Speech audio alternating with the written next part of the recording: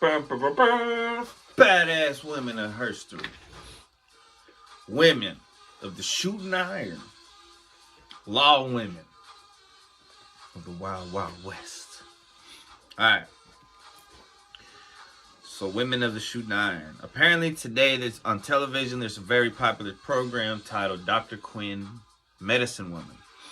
The show highlights the unlikely premise of a medically trained female doctor on the western frontier of the 19th century. As a woman, Dr. Quinn faces many hardships and biases, but she is determined and overcome most of them. As strange as it may seem, there were women on the Oklahoma frontier in another profession, thought today to have been an exclusive men's club, the peace officer. This has never been portrayed in movies or television. Research shows that there was at least one female deputy U.S. Marshal in the Indian Territory and 2 females in the Oklahoma Territory. An article from the Muskogee Weekly Phoenix, November 19, 1891, discusses a female deputy, United States Marshal named F.M. Miller. The newspaper reported that Miss Miller was commissioned out of the federal court at Paris, Texas. She was known to be the only female deputy that worked the Indian Territory. That's what they called it back then. Miss Miller had the reputation of being a fearless and efficient officer and had locked up more than a few offenders. It was stated in the article that she was a young woman of prepossessing appearance, wears a cowboy hat, and is always adorned with a pistol belt full of cartridges and a dangerous-looking Colt pistol, which she knows how to use. Miss Miller had been in Muskogee for a few days. She had assisted Deputy U.S. Marshal Cantrell in transporting some prisoners from Talahena to the Muskogee Federal Jail. The following article was found in the vertical file on U.S. Marshals in the Oklahoma Historical Society Library. It was written in the newspaper in 1898. Female officers of the law. 2 Oklahoma girls are United States Deputy Marshals. It is not infrequent these days for an officer of the law to name a woman as a deputy, but she is nearly always what is known as an office deputy. She performs mere clerical duties and never takes to the field. But Oklahoma has set the pace. United States Marshal C.H. Thompson of Guthrie has appointed 2 women as deputies for field work. That a woman should choose the vocation of professional thief-taker in the most civilized portion of the land would be strange enough. It is infinitely more so when she chooses field duty on the worst territory in the Union. Criminals in Oklahoma and in Indian Territory, the district where these 2 girls, for they are maidens, must operate, are of the most desperate and dangerous class. More lives are lost among federal officers in a year than in all the rest of the nation together. It really was the Wild West, my friends. So it would seem that these girls possess mettle of exceptional kind to willingly undertake such duties. The young women are Miss S.M. Birch and Miss Mammy Fawcett. They are of that adventurous class of females who invaded the newly opened territory in search of homesteads. They are young, fairly good-looking, well-educated, fearless, and independent. Their duties are by no means confined to keeping Marshal Thompson's books. When they took the oath of office and assumed their duties, it was with distinct understanding that they would serve the government just as any other deputy marshal would. They were there to take the field, serve writs and warrants, and make arrests just as any rude man might be called on to do. And they have been doing this with exceptional success. That was an article. That last couple paragraphs, that was a fucking article. And the whole thing right there that I just read was from lestweforget.hamptonu.edu. And then I continued on. I think this is from Wikipedia. No, it's from something else. I don't know what it's from. But I'll find the link. Lady Marshals of Indian Territory. Lady Marshal. In the late 19th century, Indian Territory, or Oklahoma, that's what they just, oh, so Oklahoma, that's just what they called it, was considered the most violent of the American territories, as it served home to hundreds of outlaws from around the country. accused of murder, rape, robbery, arson, adultery, bribery, and numerous other crimes. Outlaws initially found a safe haven in Indian Territory, which was without law enforcement except for the Indian nation's police forces, who had no jurisdiction over the many criminals who had taken flight from other states. That would change, however, when Judge Isaac Parker was appointed to the Western Judicial District of Arkansas, which included Indian Territory. Eventually, Parker would command about 200 deputy marshals to clean up the lawless territory, but that would take years as the deputies struggled to cover some 74,000 square miles in their search for hundreds of wanted fugitives. The occupation of a U.S. deputy marshal courted constant danger, so much so that between 1872 and 1896, over 100 deputies died enforcing the law throughout the territory. Into this dangerous midst, a number of men made names for themselves, such as Heck Thomas, Bass Reeves, Bill Tillman, Chris Madsen, and dozens of others. More quietly, a few other deputies also made names for themselves because they were women.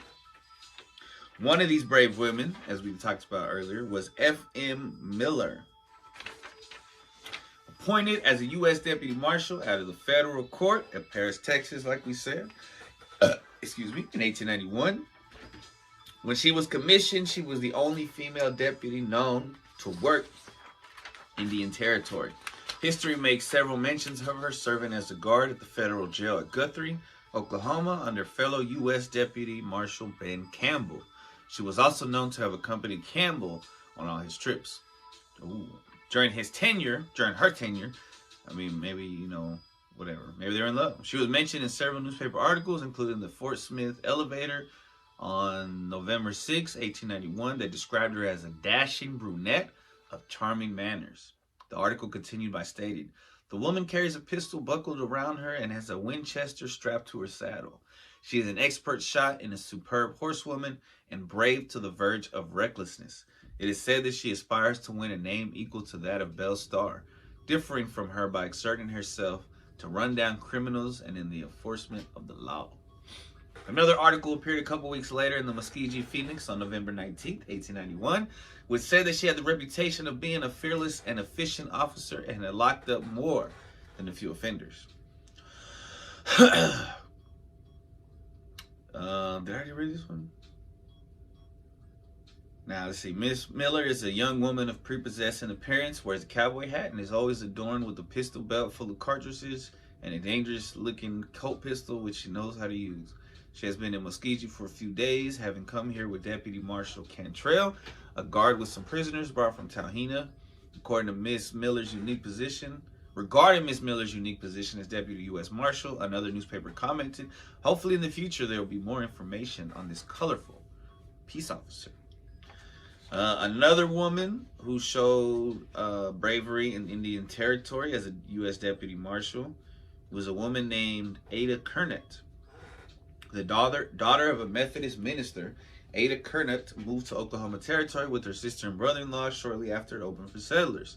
The 20-year-old soon found work as the clerk of the district court in Norman, Oklahoma, and as a deputy marshal to U.S. Marshal William Grimes. Her most famous arrest occurred in March 1893 when she received a telegram from Grimes instructing her to send a deputy to Oklahoma City to bring in two notorious outlaws named Reagan and Dolezal, who were wanted for forgery. However, all the other deputies were out in the field, so Kernett took responsibility. She quickly boarded a train for Oklahoma City, and upon her arrival, asked around for information on the fugitives. She soon discovered that the two men were in a saloon and quickly made her way there. Upon her arrival, she asked a man on the street to go in and tell him that a lady needed to see them outside. Ada read the warrants when the two emerged and stated they were under arrest. Heavily armed, the two men laughed at the young woman and, thinking it was a joke, allowed her to place handcuffs over their wrists. When the captives began to realize the joke was on them, Kernett announced to the crowd gathered around them that she was prepared to deputize every man to aid her if needed. However, it was not necessary, and she escorted them to the train station and telegraphed the marshal's office in Guthrie that she was bringing them in. She was 24 years old at the time. The two forgers were soon tried and convicted.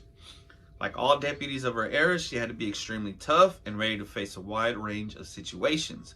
The U.S. Marshal Service wrote of Kernett, U.S. Marshal Canada H. Thompson, who served from 1897 to 1902 as the Marshal of Oklahoma Territory, also had 2 female deputy marshals.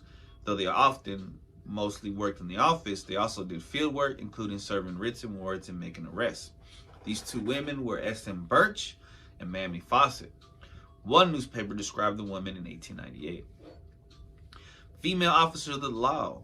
2 Oklahoma girls are United States deputy marshals. It is not infrequent these days for an officer of the law to name a woman as a deputy. Wait, did I already read this one? I think I did.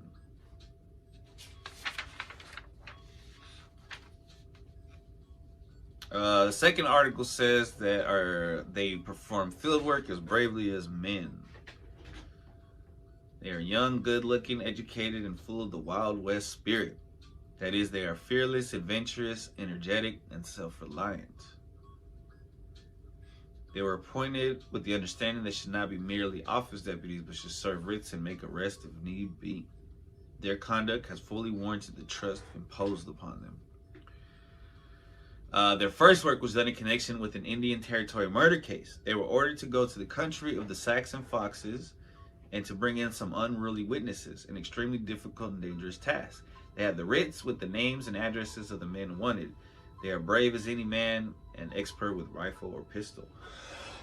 They travel together and can put up a good fight if it comes to that. Few men would undertake to disturb them. None would make much of a success. They're splendid riders, inert to fatigue and exposure, and prefer active outdoor life to that usually supposed to attract the feminine intellect. In order to accomplish their mission, they were forced to travel through one of the worst districts on earth. Many a deputy has gone down before the fire of some desperado in those wilds. Many a hot running fight of miles has left a trail of blood on the sandy hills and broken vales. They suffered all the privations incident to their vocation, but the bill of expenses was the last thing they thought of. They shot game and did their own cooking while away. They kept down expenses by this and other means and had a good time of it while on their trip. Their entire trip was 5 days camping. They did not go to houses. If they had the opportunity to do so, for the habitations scattered in that region are not very desirable at best.